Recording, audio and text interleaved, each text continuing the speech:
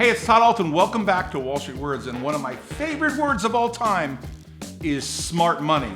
Now, this originally referred to gamblers or people that were smart and had a track record of success when they were betting. But today, smart money means institutions or people in the know. Now, you know people that are smart money, like Bill Ackman, who runs a big hedge fund, right?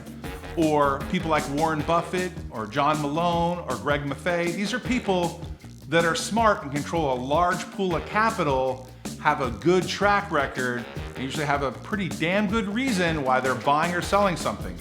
Smart money attracts capital.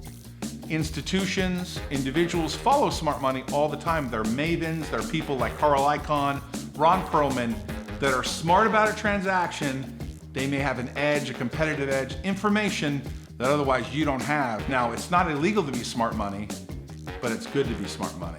On Wall Street, one of the most famous people that's considered smart money is Steve Cohen.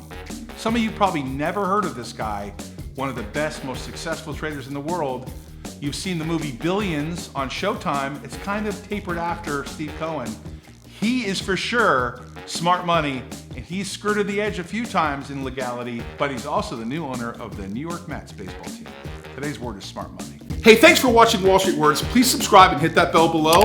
If you think this video adds value, please share it with somebody. By the way, if you want to watch more Wall Street Words videos, there's 2 videos right here you can watch right now. There's new videos every day. Thanks for watching Wall Street Words.